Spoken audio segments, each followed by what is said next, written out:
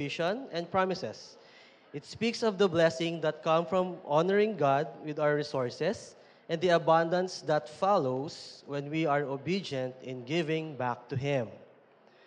There we are called to bring His tithes faithfully with a joyful heart, trusting in God's provision and promises, reminding us of the importance of giving back to God as an act of worship and obedience with the assurance of His abundant blessings for those who honor Him with their blessings.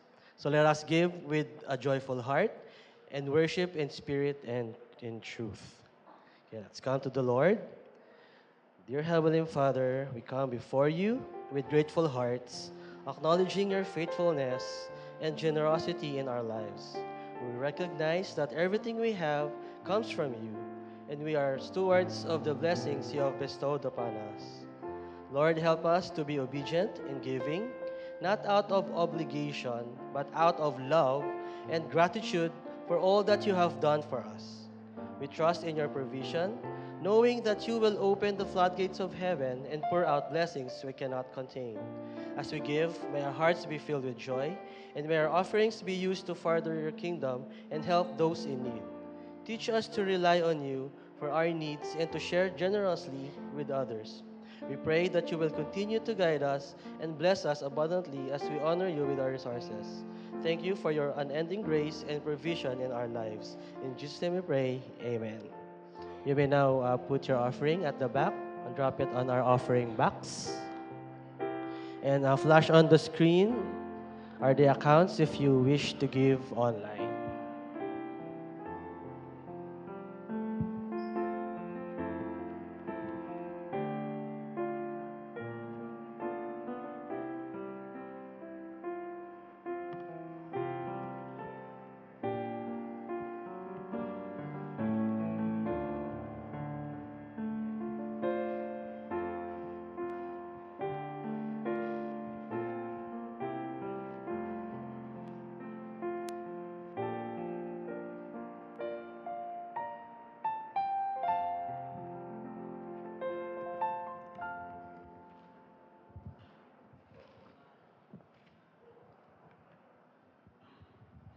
Ngayon po ay ang pangalawang linggo ng ating Missions Month.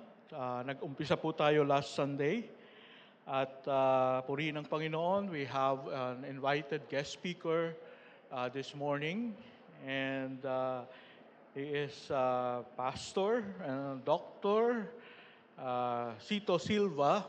He's a graduate of the University of the Philippines, and actually he was an engineer by profession when God called him from building buildings or skyscrapers to build lives for God's purposes. And he heeded God's calling and studied in Asian Theological Seminary and Asian Graduate School of Theology. And aside from being a pulpit pastor at Kamuning Bible Christian Fellowship in Quezon City, he is also a life coach, a Bible seminary professor, and a training consultant in government agencies, NGOs, private companies, and churches.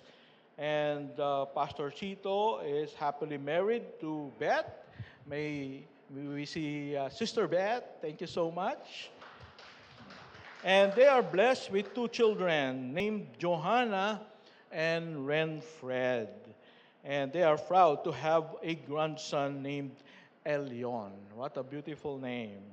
And Pastor Chito will be preaching today about courageous faith, sharing Christ in government offices, based on 1 Timothy chapter 2, 1 to 7. Thank you so much. Let us welcome Pastor Cito Silva.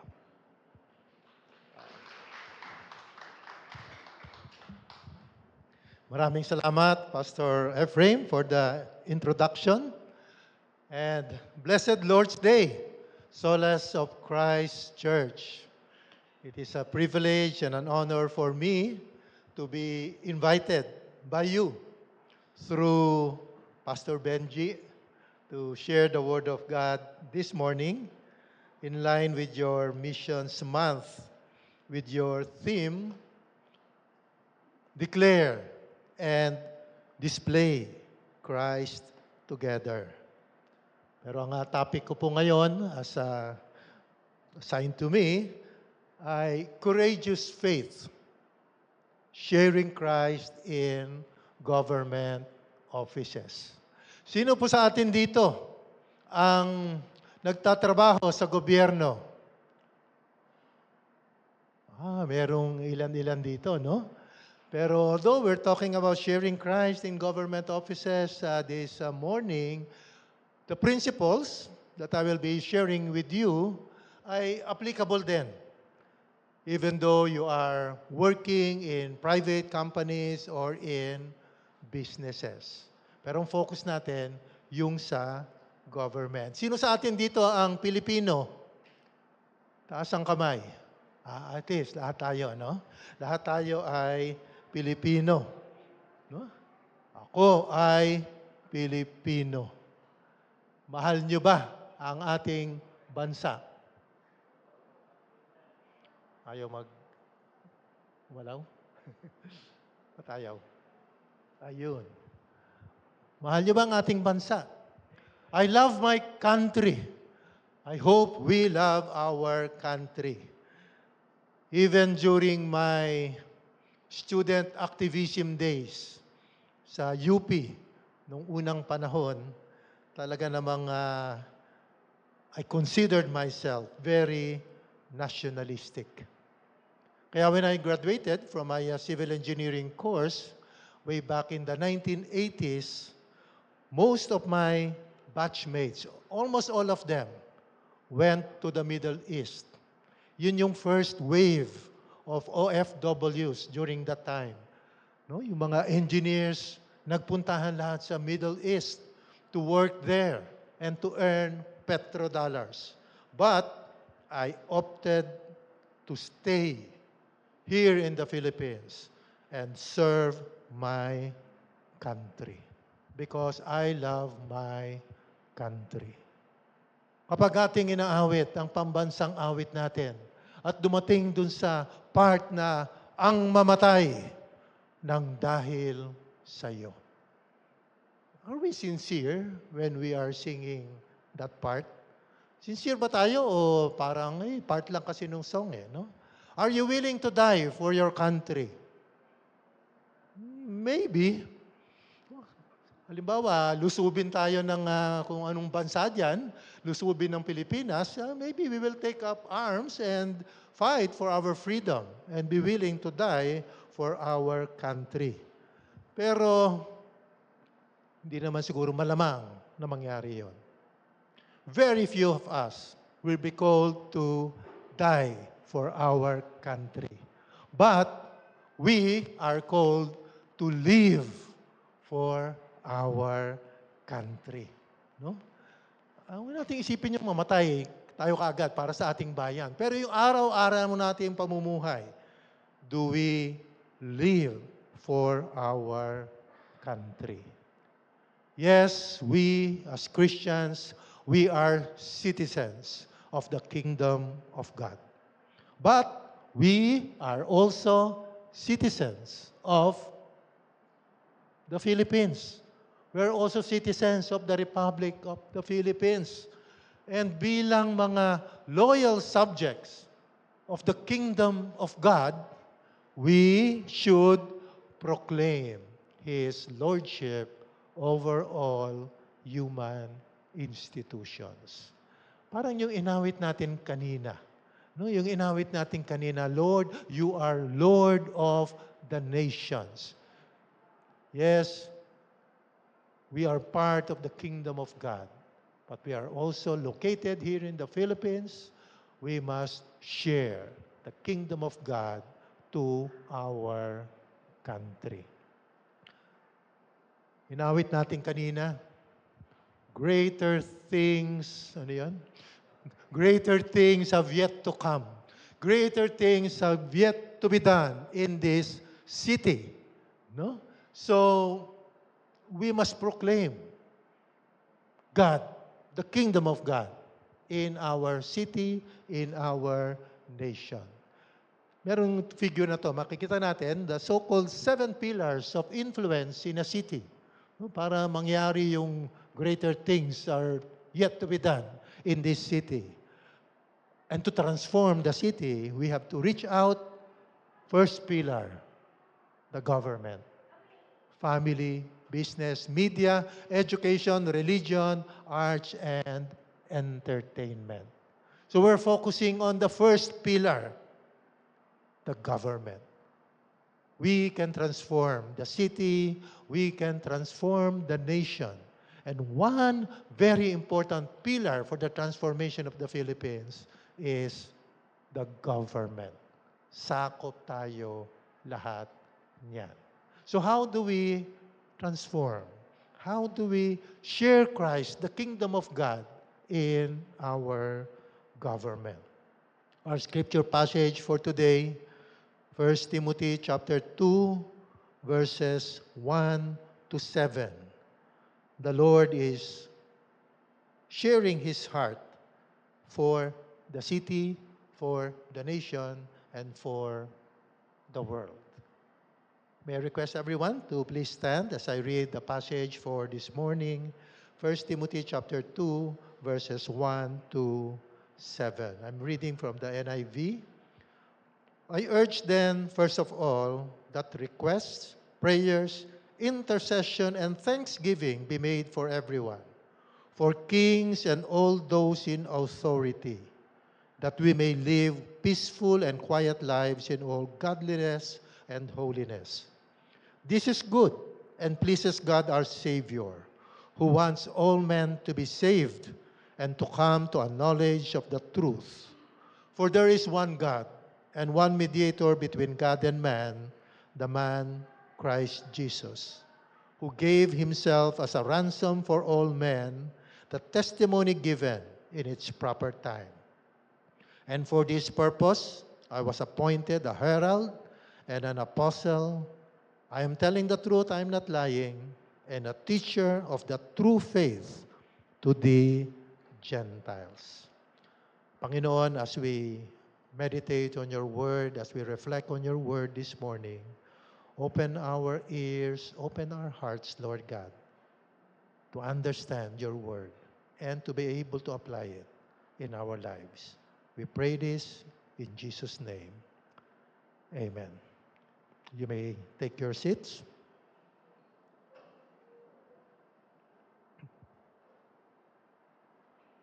How do we reach our government and consequently reach our nation, reach the world for our Lord Jesus Christ? First, we should pray for our government. Do you pray for our government? No? In many prayer meetings, most of the prayer items are personal items, family items, even church items, school items, work, prayer items, but sometimes the government is not being mentioned. But we should pray for our government. And to be able to pray for our government, we should be aware what is happening in our government and in our country. Yes, we pray for our personal concerns, work concerns, school concerns, family concerns, because we know what's happening. We are concerned. We know. We are aware of the problems. But how about for our government? How is our country doing? Whenever I have an opportunity to travel abroad, travel to other countries, I compare our country's situation to these other countries. And then many times, kapag balik, kukumustahin ako, oh, kumusta? Kumusta doon?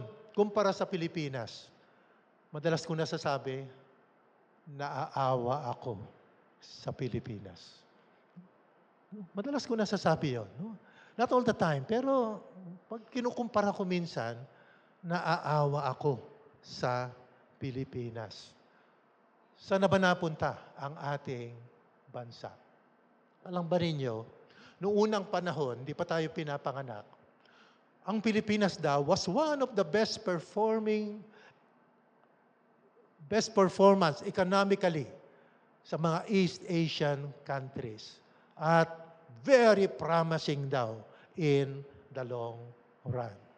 I came across this World Bank report, 1957, hindi pa rin tayo pinapanganak. Pero in short, sinasabi dito, kung ikukumpara daw natin ang Pilipinas with other Asian countries, ay sikat ang Pilipinas. Dahil ang dami nating natural resources, no? At talagang yun daw yung ating ini-spend natin sa education, agriculture, mga communications, ay talagang sabi nila, uunlad ang Pilipinas. In fact, we were said na we are second only to Japan. Pagdating sa East Asia, Japan. Then, Pilipinas ang pangalawa. Diba? Sikat ang Pilipinas. And in 1938, pinakamataas ang ating per capita income in Southeast Asia, among Southeast Asian countries. 1938 yon. 1938. Ngayon, meron ako nakuhang 2024 data. Kinukumpara ang mga Asian countries, ang kanilang mga GDP. Ang GDP daw ng Pilipinas, Gross Domestic Product, $4,000. Kumpara natin sa iba. Brunei, 35,000. Malaysia, 13,000. Thailand, 8,000. Singapore, 88,000. Vietnam, tinalo tayo, 5,000. Kakaunti na lang ang ating mga tinatalo, no, in terms of economy. Dati number 1 tayo eh. Dati number 1 tayo. Ano ba ang nangyari? What happened to us? Bukod pa doon, bakit nga ba in spite of our rich natural resources at ang tatalino ng mga Pilipino, bakit ba tayo nangungulelat in terms of economy? Well, one major problem is the weak governance. It's not economics. Ang dami natin magagaling na mga ekonomista. Ang problema natin is our governance. Weak governance. Tayo ay naturingan the only so-called Christian nation in the Far East, yet one of the most corrupt. One of the most corrupt nations. Kristiyano pa naman. No? So, some statistics on corruption, 2024 report by Transparency International, out of 180 countries, from the least corrupt to the most corrupt, ang ating ranking ay 114th. Out of 100. Ang pinaka-least corrupt, number 1. Malapit na tayo doon sa, nasa bottom half tayo in terms of corruption. And then, meron sila mga indicators, worldwide governance indicators by the World Bank. Sa Asian countries, we rank 7th. Pang-7.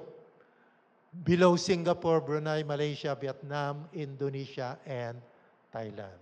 2022 data on control of corruption.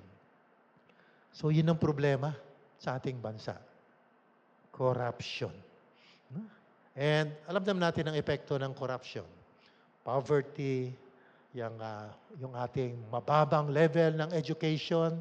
Di ba merong recently yung mga exam, no? Parang international exam ng kaalaman ng mga kabataan, napakababa ng ating score. No? Yung ating health services, infrastructure, nangungulela tayo compared to other countries.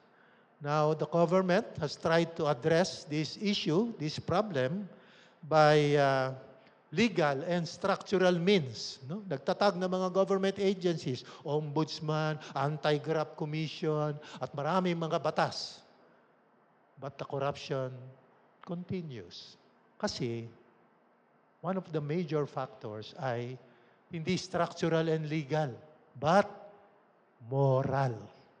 Moral. Kahit anong gaganda ng mga batas dyan, kung yung tao, masama ang kalooban, hindi kumikilala sa Panginoon, gagamitin yung talino para malusutan yung lahat ng mga legal and structural measures. So the problem is moral, and we should address it. Kaya nga, napaka-importante makilala sa loob ng ating pamahalaan ang ating Panginoong Jesus. Yun ang problema. So, as we are aware na ito pala ang problema, we should intercede for our country. We should intercede. May nagsabi, the opposite of loving one's country, anong opposite of loving one's country? It's not hating one's country. Nobody would say, I hate my country. No? The opposite of loving one's country is being indifferent to its situation. Hindi naman sa kinamumuhian mo, Pilipinas, pero wala kang pakialam. Hindi mo pinagpe-pray. Yun ang parang pagpapakita na you do not love your country. Pero napaka-importante. Inutos ng Diyos no? Inutos ng Diyos. Pray. Pray for your government. Pray for people in authority. Verses 1 and 2 ng ating passage. Prayers, petitions, intercession, and thanksgiving be made for all people. Especially for kings, yung mga hari, yung mga rulers, government officials, all those in authority, that we may live peaceful and quiet lives in all godliness and holiness. Yun ang sinabi ng Panginoon na inalangin natin. Let's pray as a sign of loving our country. We should not underestimate the power of prayer to effect change. Minsan kasi binabaliwala natin Or sometimes, yun nga, we are indifferent. Pagpe-pray ko na lang yung ibang bagay. Country, aksaya lang ng oras ang prayer dyan. But there is power in prayer. Kaya nga sinabi ni Lord, nasa Bible mismo, pray for all those in authority. Pray for our government officials. In his book, ang book niya na The Contemplative Pastor, sinabi ni Eugene Peterson, prayer is a subversive activity. Noong ako po'y nandun sa UP, student activism. Ayan, mga subversive daw kami. Kasi kami ay nagrarally, gusto namin mabago yung mga pamamalakad sa ating lipunan, sa ating gobyerno. Kayo may subversive. Pero prayer, sabi ni Eugene Peterson, is a subversive activity. Ano ba ibig sabihin ng something that is subversive? It undermines the status quo and seeks to overthrow the kingdom of the world to bring forth the kingdom of God by subtle and covert means. No? Hindi ganun ka-obvious na nagsisisigaw sa kalsada. Pero naroon, it is subversive because prayer is powerful. What other weapon is so unobtrusive, no? Hindi napapansin, no? Yet so powerful and influential than prayer. Kaya ang sinasabi diyan, pray. Pray for the government. Pray for our country. Na masugpo ang korupsyon, na makakilala sa Panginoon itong mga nakaluklok na ating mga government officials so that they will exercise righteousness, justice in our government. The Lord, our God, is looking for intercessors for the government. Hindi lang interceding for one another. Let's intercede for our government. In Ezekiel chapter 22, verses 29 to 30, the people of the land practice extortion and commit robbery. Nangyayari ba yan sa ating lipunan? They oppress the poor and needy and mistreat the alien, denying them justice. At ito si Lord, naghahanap siya. I look for a man among them who would build up the wall and stand before me in the gap on behalf of the land, so I would not have to destroy it. But ang malungkot, sabi ni Lord, sino ba dito? Ang mag-i-intercede, ang magpe-pray para sa bayan. Sabi ni Lord, I found none. Nung kapanahunan nila doon sa Israel. How about today? Do we pray for our government? Do we pray for our country? Do we intercede for our government? Naghahanap si Lord. Sana hindi masabi ni Lord na, sino nagpe-pray para sa Pilipinas? Wala. Sana tayo. We are interceding for our country. We should be aware of our situation as a country and pray specifically for our country. Sabi ni Billy Graham, sabi niya, for your preaching to be relevant, sabi ni Billy Graham, you should have the Bible in one hand and the newspaper in the other hand. Sa preaching yon. Sa praying din, dapat ganon, di ba? Para relevant. Relevant yung ating praying. Yung specific siya kung ano ang mga nangyayari sa atin. We intercede for our country. So that's the very first thing. One of the most important thing, very basic thing that any one of us can do. Whether you're working in the government or not in the government, or you're still a student, pray for our government. Be aware of what's happening, and be an intercessor for our country. And secondly, share or shine God's light in our government. Ang liwanag ng Diyos na meron tayo as members of the kingdom of God, palaganapin natin sa ating gobyerno. Let's consider the government as a mission field. Minsan, pag pinag-uusapan yung missions, ang inisip kagad ng iba, mission, ano yan? Pagpunta sa mga bundok, doon sa mga hindi naabot ng sibilisasyon. Yun know, parang, di ba, that's true. That's part of missions, di ba? Pagpunta dyan sa mga tribo, pagpunta sa ibang bansa. But missions is a broader scope, no? Missions is sharing Christ. Nasan ka man. And then, going beyond. No? So, kasama yan. Kasama ang gobyerno sa ating mission field. Kasi we interact with the government. Whether you're working in the government, even as a private citizen, you interact with the government. So, pwede mong abutin. May mga nakakausap ka na nasa gobyerno, consider it as a mission field. Because God has already done His part. Ito yung part ng Diyos eh.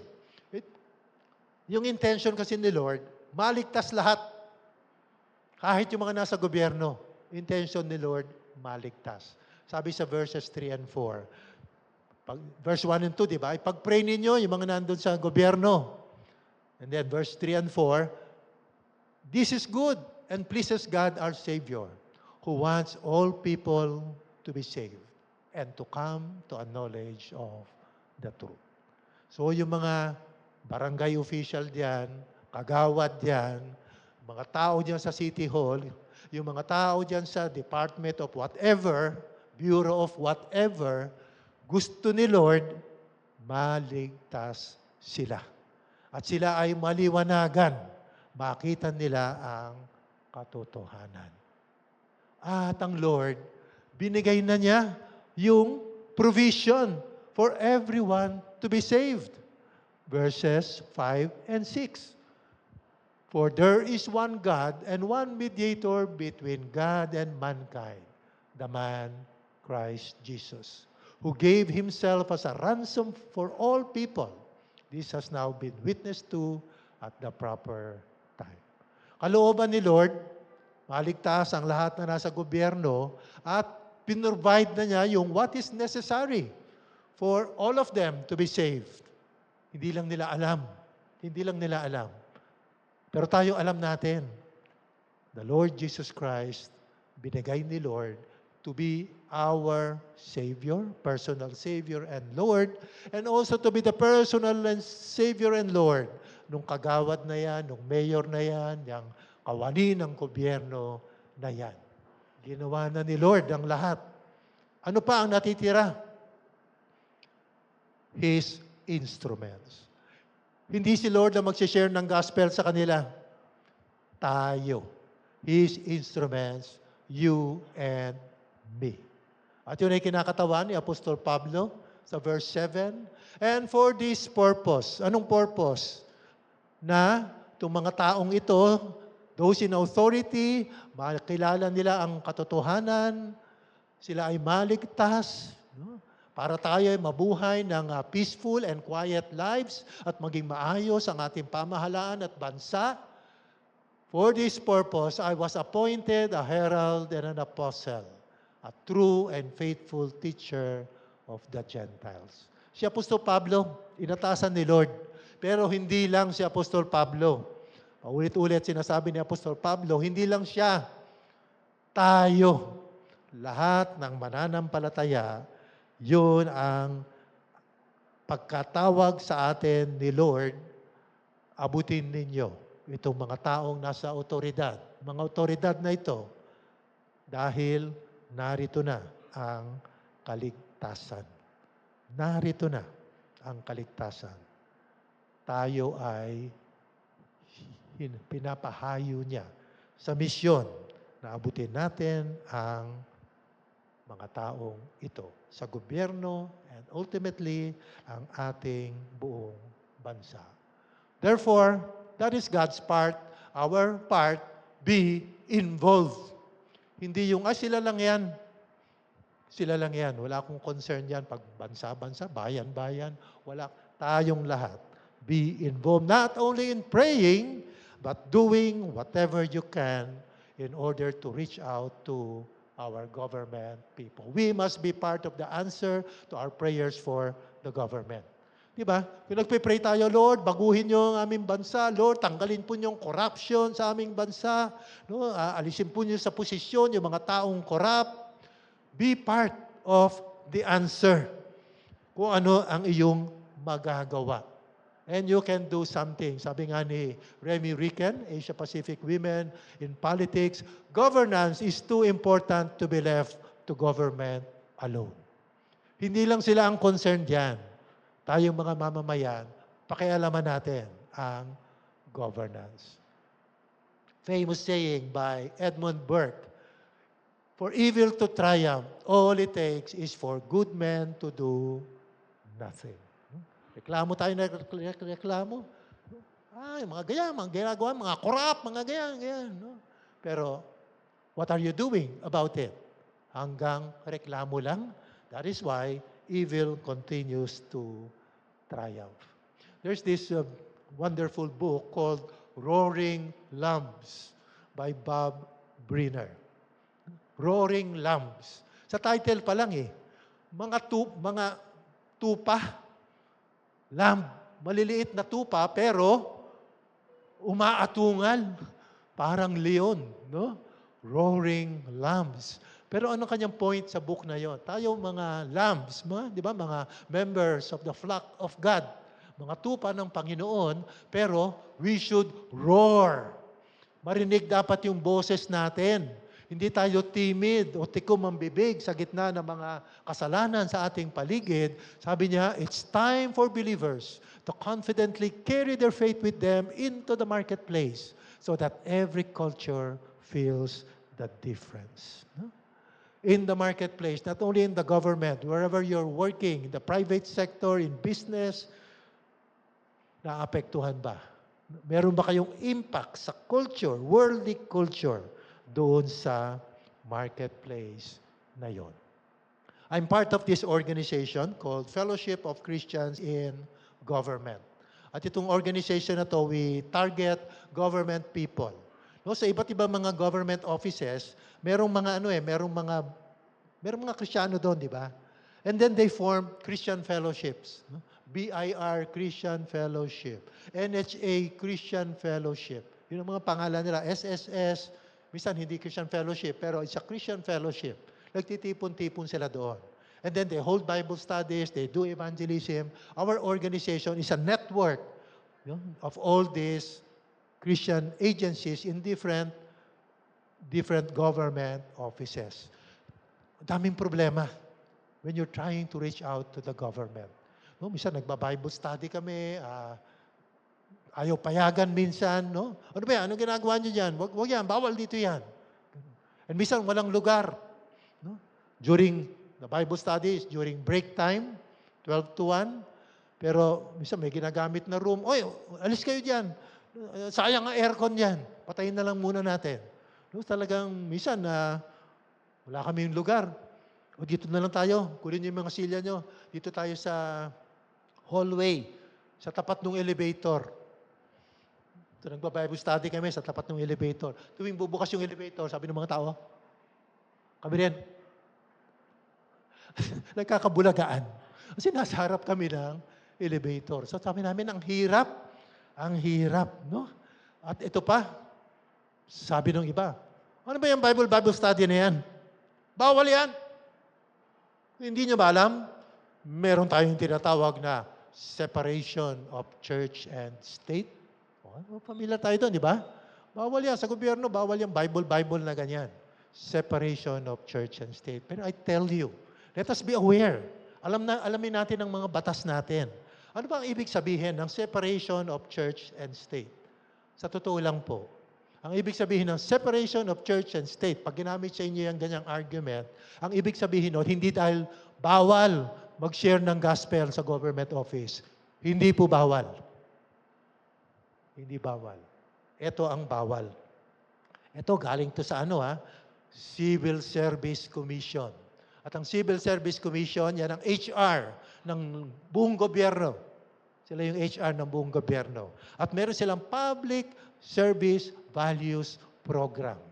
Values, di ba, tinuturo sa government? Mga values formation, moral recovery program, ganyan.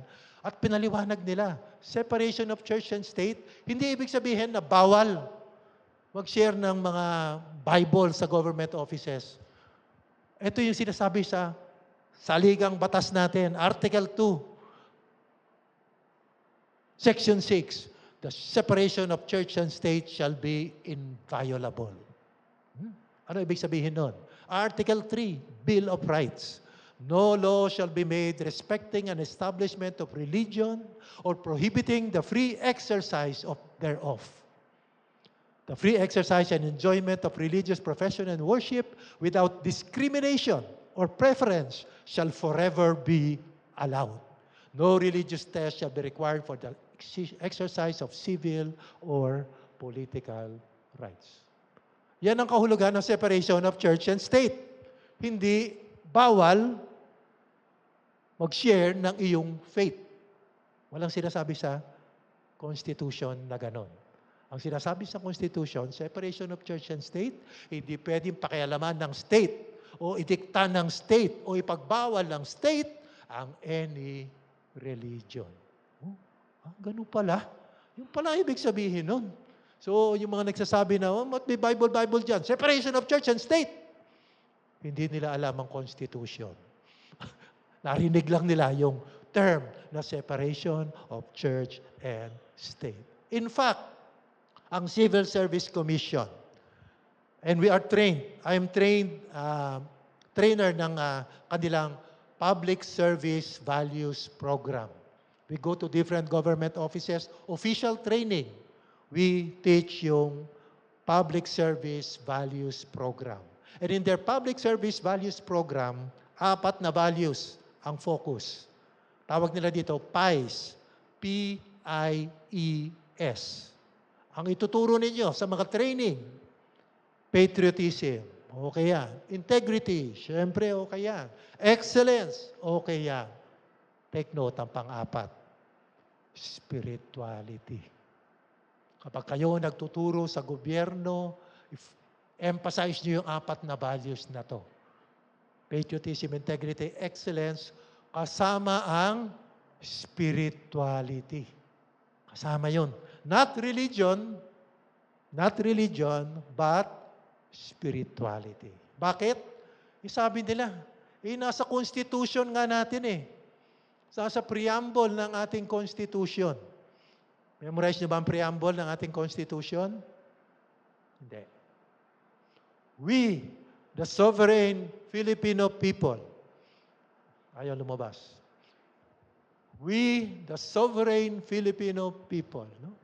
Lahat ng Pilipino, whether born again ka dyan, Katoliko ka, Muslim ka, Iglesia ni Cristo ka, sakop ka niyan, di ba?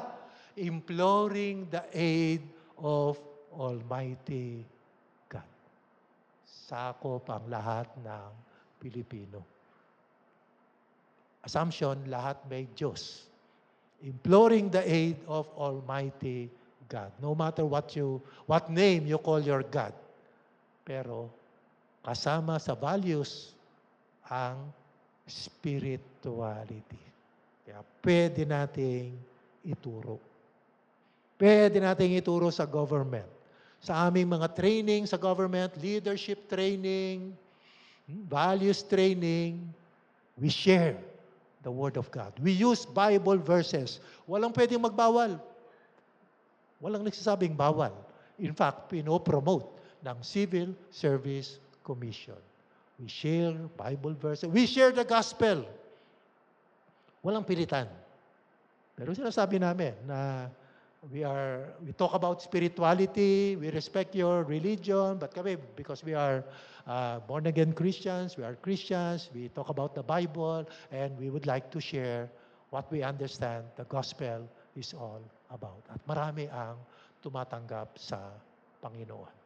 Hindi na offend. We conduct seminars sa military, sa police, different camps, hanggang sa basilan.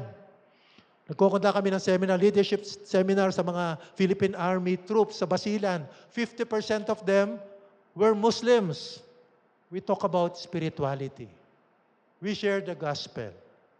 But we say, you stick to your religion, hindi namin kayo pinipilit, pero sa mga Kristiyano dito, this is what the Lord Jesus Christ has done for us.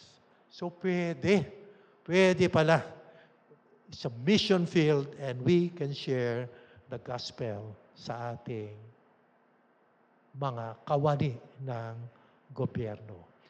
At hindi lang sa mga kawani ng gobyerno, kahit nasa private office ka, lakihan natin yung scope sa workplace. Share the gospel to your office mates. Proclaim the gospel in word and in deed. No? So, first of all, you have to incarnate your message kasi. No? Dapat makita sa buhay mo. Mahirap yung nagsishare ka ng Bible ka dyan, sama naman ang ugali mo. No? Bible ka dyan, alam naman ng iba, nandadaya ka dyan sa mga accounting forms nyo dyan. No? So, incarnate your message. But first of all, declare your identity. Who are you? Pag tinanong ko kayo, who are you? Anong sasagot mo?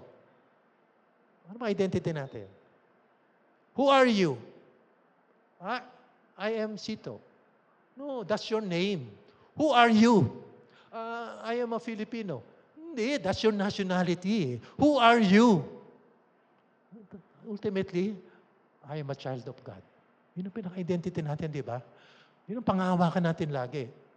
Pilipino ka man, anumang pangalan mo, anumang probinsya ka nang galing, I am a child of God. And you declare that. You declare that. Dapat, alam ba sa opisina nyo na kayo'y Kristiyano? Alam ba? Alam ng mga kaopisina nyo? Kasi minsan meron ako nakausap na, uy, si Kristiyano pala yun? Ay, talaga?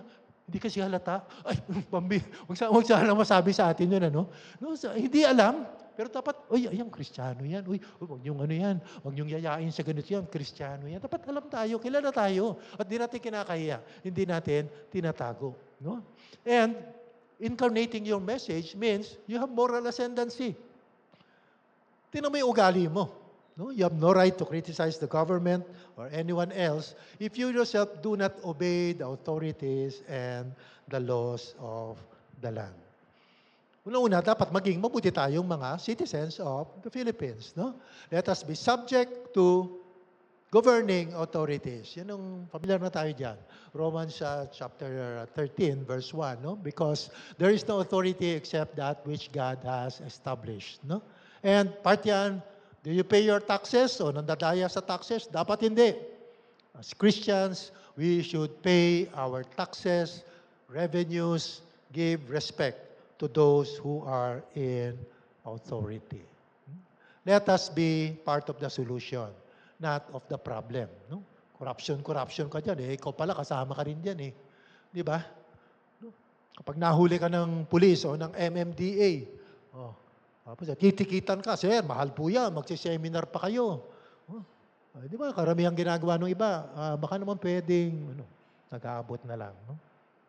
Sabi nung ay sir, di ko po pwedeng tanggapin yan. Born again po ako eh. Ganun ba? Born again din ako eh. Kabistuhan, born again pala. At siya pa yung nag-aalok ng bribe. No? And even in our offices, no? Para meron kang karapatan na mag-share ng Word of God, dapat huwaran kang empleyado.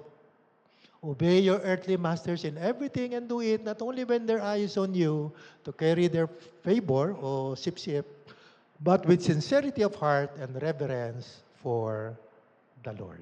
No? Incarnate your message. Ipamuhay mo. No? Consistent dapat yung sinasabi mo, yung identity mo, at yung iyong ginagawa. And then, share the gospel. Shine God's light in your office. Walang naligtas dahil inobserbahan lang nila ang iyong righteous life. Sabi kasi ng iba, hindi na ako mag-share, papakita ko na lang sa buhay ko. Pero walang naligtas na inobserbahan lang yung buhay mo, tinanggap na si Lord. Hindi, dapat sasabihin mo rin, i-guide mo rin na makakilala sila sa Panginoon. So, we must be strategic in our approach. Determine first, magkaroon ka ng resolve. Have that resolve. I will share Jesus Christ to my office mates, to these government people, to these business people, but be strategic about it. Merong magandang pattern that we can imitate, and it's based on what the Lord Jesus Christ told His disciples when He sent them out 2 by 2 to share the gospel to the towns and villages.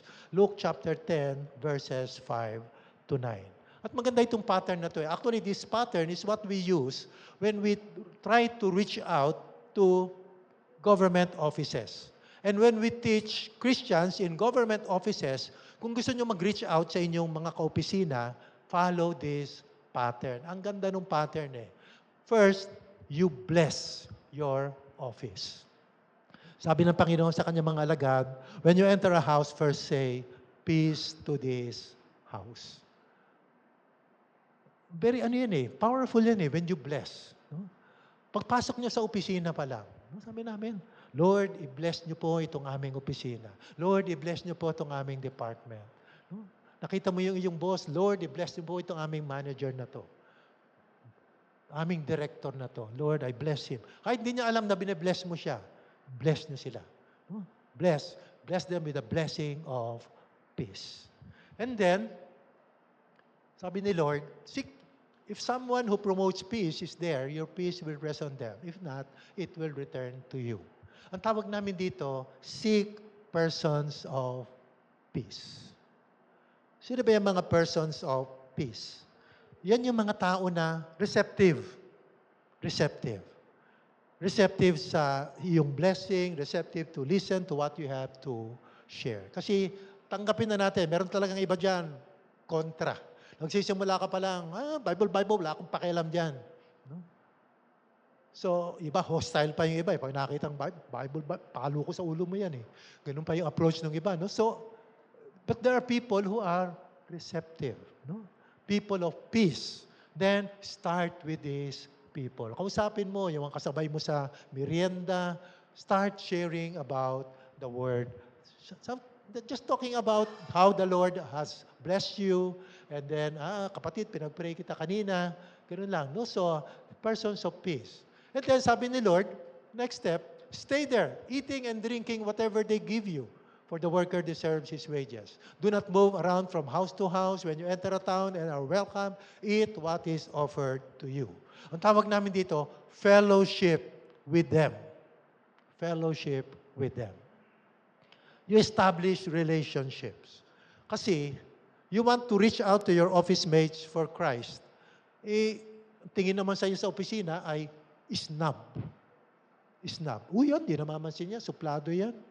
Tapos bigla kang, meron akong share sa'yo for spiritual loss. Paano kayo welcome nun? Di ka nga namamansin Tapos ngayon, meron kang, ano ba yung booklet na yan? So, kaibiganin mo sila. Stay with them, fellowship with them, eat with them, sama sa mga good time, pasyal-pasyal. Huwag kang maging separatist. Kasi meron mga ibang Kristiyano, makukontaminate ako ng mga taong yan. Hindi ako sasama dyan mga yan. No? Takot makontaminate. So, makisama. Sabi nga, makisama, huwag makisama. Di ba yung makikisama? Makisama, pero huwag makisama. Saan ang lakad natin? May blowout siya. Sama ako dyan. Anong sunod nating lakad? Inuman. Sorry, hindi ako dyan. Pero nakikisama ka. Pero hindi ka nakikisama. No? So, fellowship with them. And then, meet their needs. Heal the sick who are there. Heal the sick. Sabi ng Panginoon. Meet their needs. No? Ano yung mga needs nila? You pray for them. Meron akong kilala, testimony of one Christian in a government agency, pinipersecute daw siya. Pinipersecute siya ng kanyang mga ka-office mate dahil Christian siya. No, grabe yung persecution. Pero pinaninindigan niya yung kanyang pagiging Kristiyano, nakikitungo pa rin siya na maayos, pero sabi niya, grabe yung persecution nila sa akin. Pero alam mo, sabi niya, pag merong silang need, pag merong mabigat na problema, alam mo kung kanino lumalapit? Sa akin. Pag-pray mo naman ako. Yung asawa ko kasi nangangaliwag. Sa akin lumalapit. Persecutor ko to Pero pag mayroong mabigat na problema, alam niya na ako nagpe-pray. So lumalapit sa kanya. And then you pray for them. Pray for them. And alam nyo, when we pray for people, di ba, God answers our prayer. Meron kang pinapray, anak ko, matindi yung lagnat, pag-pray mo naman. Pinag-pray mo, gumaling. Then these people will be very open for the gospel. Ganun ang tao human nature. Meron siyang need, pinag-pray mo, tinulungan mo, na-meet yung kanyang need. When you want to share something to that person, receptive yan. Receptive yan, natulungan mo Receptive yan. Pagdating sa dulo, sabi ni Lord, tell them the kingdom of God has come near to you. Hinog na yan. Hinog na yan for the gospel. Binless mo na. Person of peace yan. Nakipag-fellowship ka dyan. Body-body mo na yan. Tapos natulungan mo pa. Napag-pray mo, nabigyan mo ng konting tulong, pampagamot sa kanyang anak. Sa kaduluduluhan, share the gospel. Receptive na yan. Open na yan. Tell them the kingdom of God has come near to you.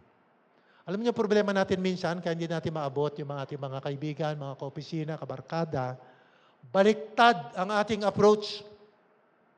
Kabago-bago mo lang, share the gospel kaagad. Ngayon lang tayo nagkakilala. Alam mo, meron akong share sa iyo. Alam mo ba, sabi sa booklet na ito. Sabi, sino ba ito? Ano ba ito? Ano nga pa pangalan mo? Ano yung booklet na yan? Tapos, pag tumanggap na kay Lord, napilit natin tumanggap, sige, ano bang prayer mo? May sakit ba yung anak mo? Ganyan, ganyan. At tapos, magiging kabarkada na natin. Nakikipag-fellowship na tayo. Then, bine-bless na. Baliktad, ano?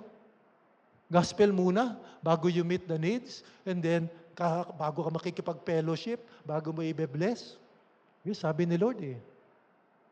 Pupunta kayo dyan sa mga villages dyan. Wala pang alam yan tungkol sa akin, sabi ni Lord. Bless nyo muna sila. Hanapin nyo yung mga open na tao. Kaibiganin nyo. And then, tulungan nyo sa pangangailangan nila. And then, pinakahuli, sabi ni Lord, then, tell them, the kingdom of God has come near to you. Simpleng approach. You can make your own variation, pero sa pattern ni Lord, that is how we share the gospel. No? Sa government people, sa ating mga kaopisina, sa ating mga kaklase, sa ating mga kasama sa business, sa ating mga kapit-bahay. Okay? So, pray, be aware, be an intercessor, and then shine God's light. No? Look at these people as people needing the Lord. They are a mission field, and you proclaim the gospel. Through your life, pakita mo muna, and then through your words. We must be very creative. Bahala na kayo kung paano kayo magiging creative, how to do it, but that is the pattern. That's what we do in government offices. That's what you can do in whatever office, whatever community you are in. And that takes faith, di ba? Iba kasi, lalo na pagdating sa gobyerno, ayoko na dyan, mga matitigas dyan eh. But you have that courage, no? Okay lang na kinakabahan ka, nag-aalangan ka. Courage is not the absence of fear. In spite of the fear, by faith, aabutin ko itong mga taong ito para kay Lord. I will share Christ with them. Meron ako isang kaibigan, very creative siya. No? Sabi niya, paano kaya, no? In what small ways can I just share the Word of God dito sa ating bansa, sa ating mga kababayan? No? Meron kayong pera? May pera kayo? Hindi, tapos na yung offering. Pero, can you take out any peso bill? Any peso bill. Sige na. Any peso bill. Sige na. Buklatin nyo. Okay? Alam ba ninyo, we are the only country in the world. We are the only country in the world na merong Bible verse sa ating pera. I think most of us are aware of that. Di ba? Tinan nyo yung pera nyo. Hanapin nyo, ano yung Bible verse na nandiyan sa pera nyo? Paper money, 1,000 pesos, 500 pesos, 100 pesos, 50 pesos, 20 pesos. Tayo lang ang merong Bible verse sa pera natin. Ano yung Bible verse na yon? Pakibasa. Nasa pera natin. Hindi nyo alam? Nasa upper right-hand corner. Pinagpala ang bayan na ang Diyos ay ang Panginoon. Awit 33 verse 12. As far as I know, we are the only nation in the world na yung pera natin merong Bible verse. Meron akong isang kaibigan, siya yung naatasan na mag-design ng ating pera. Siya yung naatasan mag-design ng ating pera. At Kristiyano siya. So, ginawa niya yung design ng pera natin. Yung mga iba-ibang mga ano dyan, para mahirap ipeke, mga ganyan. Pero, isiningit niya. Pwede ba magsingit nito? Para at least lahat ng Pilipino, pagtingin nila sa pera nila, may Bible verse. Blessed is the nation whose God is the Lord. Pinag-pray niya na pumayag. Pumayag ang Central Bank of the Philippines na ilagay yon sa pera. Actually, gusto pa niyang pwede bang ilagay din, awit 33 verse 12, hindi na pumayag ang Central Bank. Sobra na, sobra na. Baka may magreklamo na diyan. Pero, Bible verse, pinagpala ang bayan na ang Diyos ang Panginoon. Sabi niya siguro at least, bawat Pilipino, mahawak ng pera eh. So tuwing tayo ay nagbabayad, pinagpala ang bayan na ang Diyos ang Panginoon. Pinagpala ang bayan na ang Diyos ang Panginoon. So naisip niya yun, Sabi niya, yun siguro yung maliit kong contribution. At least, in my way, nailagay yon sa Tinignan ko yung bago nating pera, yung madulas, yung parang plastic. Sabi ko, naku, baka tinanggal na. Tinignan ko, andun pa rin. Andun pa rin. Yung 1,000 na parang plastic, andun pa rin, hindi pa rin tinatanggal. Okay, so sabi ko, okay ka. At least you spread the word of God sa bawat Pilipino, hawak nila ang Bible verse na yan. Sino sa inyo may passport? Passport. Dala niyo yung passport niyo? Sino may dalang passport? Sino may dalang passport? Dala nyo ngayon? Meron may dalang passport? Wala? Picture lang? Dala mo yung passport mo? Picture lang? Buti na lang, dala ko ba yung passport ko? Lagi kong dala yung passport ko, maya-maya, biglang passport. Teka, baka mabisto yung Saan ba itong passport na to? Okay. Ito yung passport natin, no? Bubuk natin mo, di ba? May mga design. May mga design siya, no? Native design. Iba't ibang mga lugar sa Pilipinas. Pero kung titignan niyo yung passport niyo, pag-uwi niyo, tingnan niyo yung passport niyo. Sa gilid, ano man yung design diyan, iba-iba yung design niyan per page. Pero sa gilid, merong parang decoration. Ano yun? Ano yung decoration na yun? Tinanong mga pastor? Yun dito. Yan. Medyo malabo eh. O, pasa mo sa iba na Medyo malinaw ang mata. May parang design dyan, no? Ano yan? Ano yung design na yan? O, pasa mo sa iba para makita nila. Ano yung tawag dyan? Anong tawag dyan sa design na yan? Ito. Yun. Ano yun? Malabo. Sino bang malinaw ang mata? Alibata.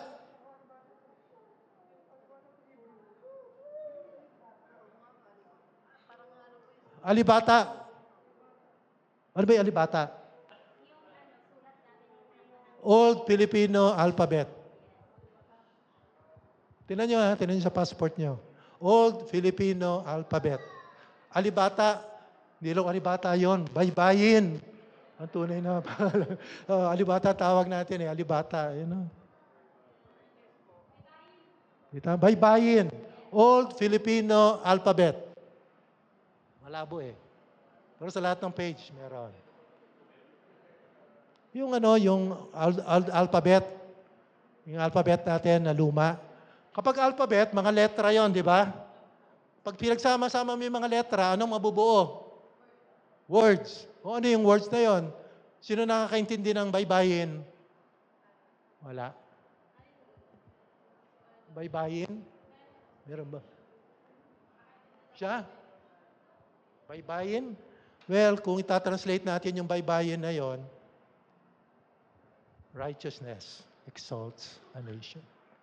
Sa passport natin, every page, in baybayin, nakasulat, righteousness exalts a nation. Proverbs 14:34. Siya rin na may kagagawa nun.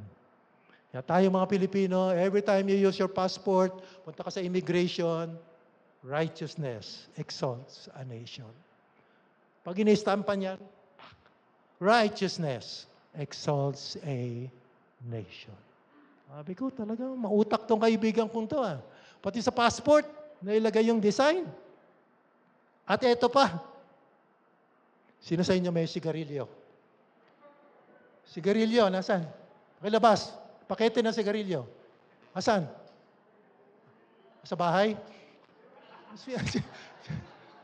Wala kayong sigarilyo? Buti na lang, dala ko yung...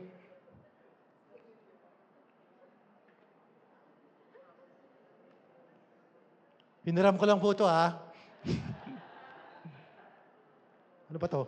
Ano sigarilyo to? Boro ba to? Okay. Ang sigarilyo, meron siyang tawag doon, yung parang...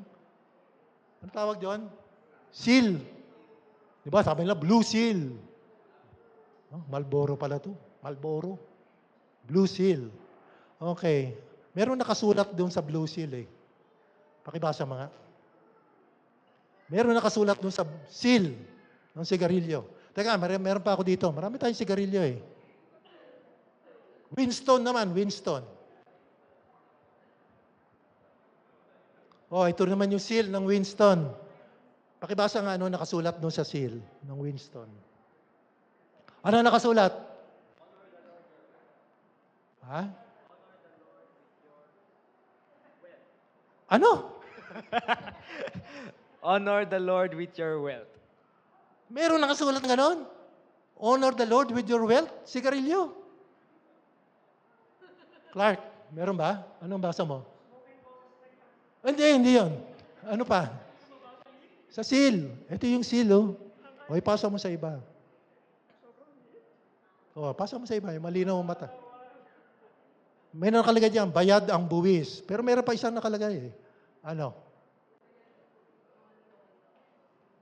Honor the Lord with your wealth. Honor the Lord with your wealth. Meron din sa Winston? Philip Morris kaya, meron? Seal naman ng gobyerno yan, di ba? Ibig sabihin, bayad ang buwis. Merong silang seal. Ay, kagagawa na naman to ng kaibigan ko. Pati si Carillo, nilagyan ng Bible verse. No? Honor the Lord with your wealth. Huwag mo sunugin yung pera mo.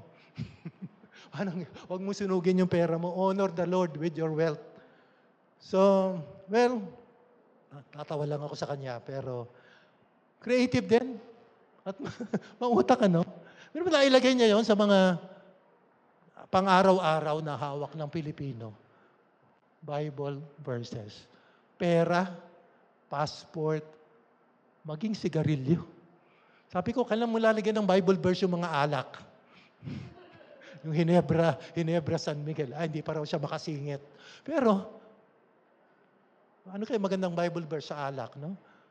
Do not be drunk with wine, but be filled with the Spirit. No, ganun sana, no? Pero di pa siya nakakasingit doon eh. Pero it's his own little way. Sabi niya talagang the government needs the light of Christ. Our country. Every Filipino may hawak na pera, kailangan nila ang ilaw ng Panginoon. Honor the Lord with your wealth. Proverbs chapter 3, verse 9 po yon. So, talagang biblical. Biblical, no? Diretsong quotation from the Bible. Honor the Lord with your wealth. Kahit checkin nyo sa Bible nyo. Proverbs chapter 3, verse 9. No? Honor the Lord with your wealth and with the first fruits of your labor. First part, no verse. Righteousness exalts a nation. Nasa passport yan. Second part of the verse, but sin is a reproach to all people. Okay? So, mga kapatid, sa ating pagmimisyon, huwag nating kaligtaan ang ating gobyerno, ang ating bayan. Tayo ay tinawag na asin ng mundo at ilaw ng sanlibutan. Spread. Let us spread our light. Hindi lang sa ating small circle. Let us go beyond. Reach out to our government and our country. May we spread the kingdom of God to our government and to all sectors of our society. Dakilang Diyos, maraming salamat po sapagkat ginawa na po ninyo ang lahat upang kami ay mapatawad sa aming mga kasalanan at upang kami ay maligtas.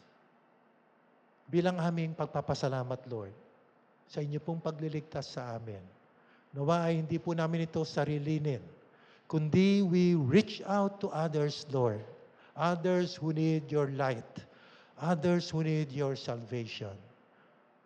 Sa aming mga kapamilya, kaibigan, kapitbahay, at lalong-lalo na sa aming gobyerno, Panginoon. People in government. Many of them are living in darkness and practicing deeds of darkness, Lord. Gamitin po ninyo kami, gamitin po ninyo yung mga Christians in government to be able to reach out to their office mates. And together we will reach out to our nation, to all sectors, all the pillars of our society, and even go beyond. Reach out to the whole world with your gospel of salvation. Holy Spirit, empower us, move us, guide us, so that we can fulfill your mission for each one of us. We pray this in the mighty name of our Lord and Savior, Jesus Christ. Amen and amen.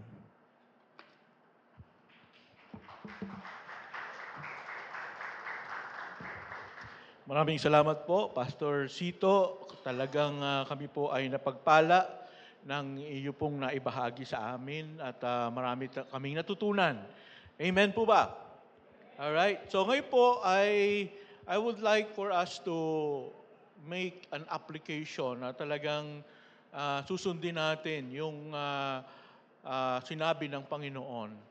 So gusto ko pong tawagin ang sino man na naririto. Kung kayo ay nagtatrabaho sa gobyerno, public service, sa isang government office, at ganoon na rin po yung ating mga nagtatrabaho sa mga private companies.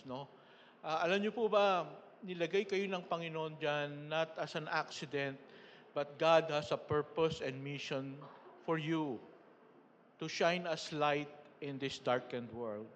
So we would like to ask you to please come here in front, and I will be asking Pastor Sito to pray for this our missionaries in government and in private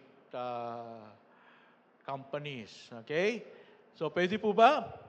Sino po yung mga nagtatrabaho? Private companies kasama at saka yung government.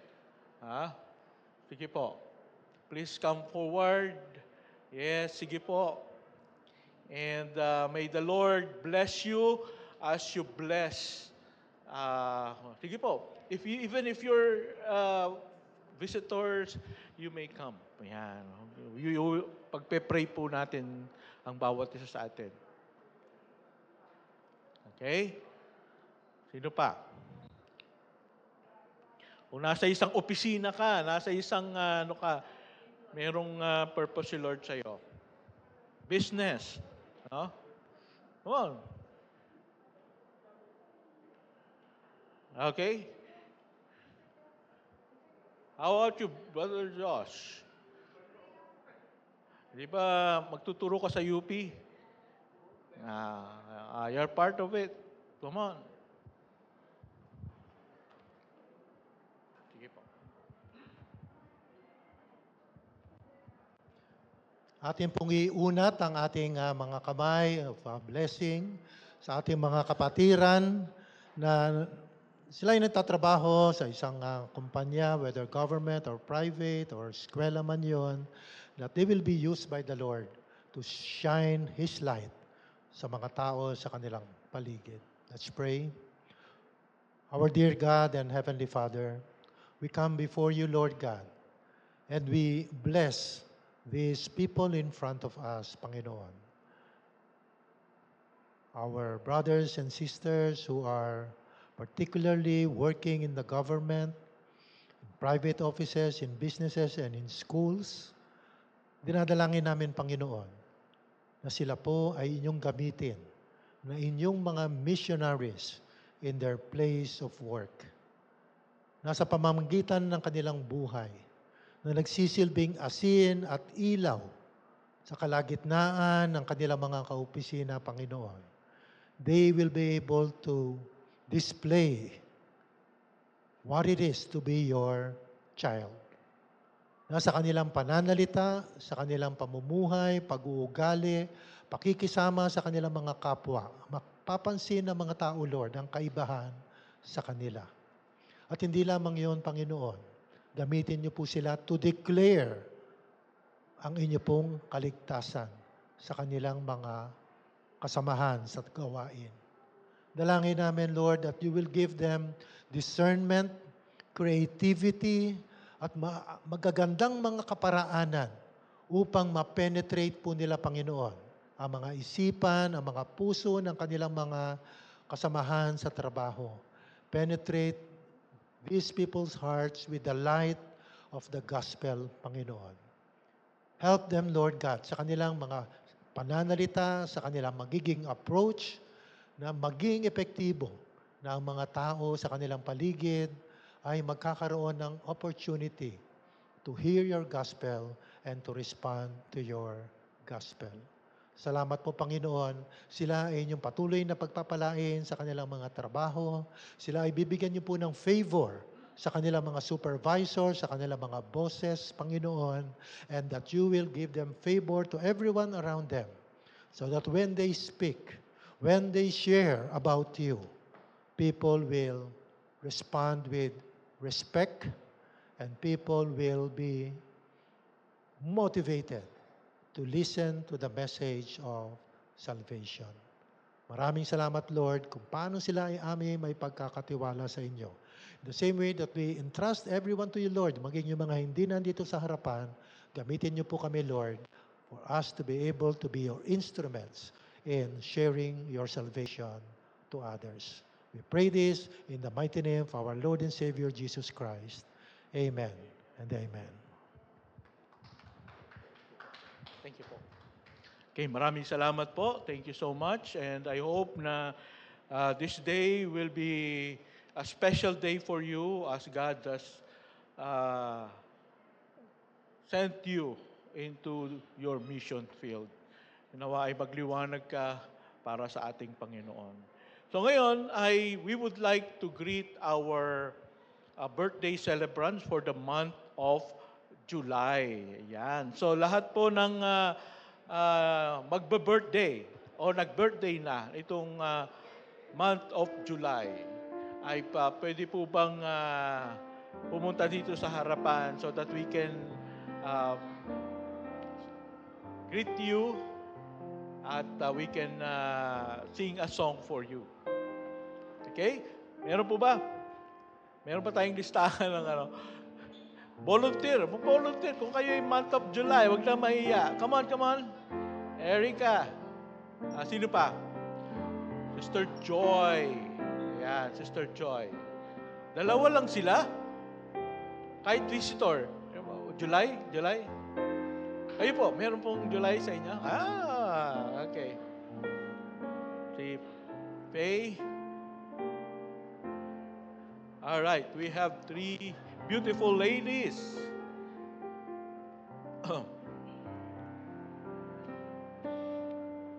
Okay, let's sing Happy Birthday. Come on. Ready? Sing. Happy birthday to you. Happy birthday to you. Happy birthday, happy birthday, happy birthday to you. Okay, blow. Yeah. Okay, let's pray for them. Let's extend our hands towards them. Heavenly Father, we pray for these 3 ladies, Lord, who will be celebrating their birthday this month. And for all those who are not here, that are also part of our of SEC, I pray for your grace to be upon them, and also that you will give them good health and open new doors of opportunities for them. I pray, Father, that they will grow spiritually in their relationship with you. And I pray, Father, that they will be able to realize their mission in life and the God-given purpose that you have given them. We praise you for their lives, O God. Continue to bless them. This is our prayer in Jesus' mighty name. Amen and amen. Thank you so much. All right. May nag-take ba ng picture? All right. Okay. So since this month is Missions Month, we are collecting a second offering, no? Because by the grace of God, even though we're still a very young church, God is using us to establish two churches in Luzon, in Visayas and in Mindanao, in Dumaguete and in Tampilisan, Zamboanga del Norte. So, we are supporting this church planting program by our offering. So we will be collecting offering. Let's pray for it. Father God, we thank you that you have given us this privilege to be part of your mission here on earth, to go and make disciples of all nations, baptizing them in the name of the Father, the Son, and the Holy Spirit, and teaching them to obey everything that you have commanded us. And I pray, Father, that we will be faithful until you come in doing this, in reaching out to people who do not have Christ yet in their lives. And we pray for Dumaguete church plant and also in Tampilisan church plant. I pray for Pastor Con. Bless him, use him mightily, open new doors of opportunities for people to know Jesus Christ as Lord and Savior and provide for his needs, Father. We thank you, Father. Bless those who will be giving, and I pray that you will pour out your blessings upon them. This is our prayer in Jesus' mighty name. Amen and amen.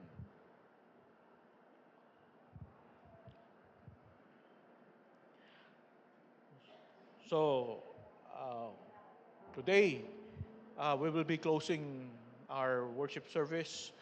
And after my closing prayer, we will sing the last song. May I request everyone to please stand. Let us pray. Father God, we thank you for your presence. We thank you for your word. We thank you for the fellowship of believers. Thank you, Lord, that you brought us here and anointed us with the power of the Holy Spirit.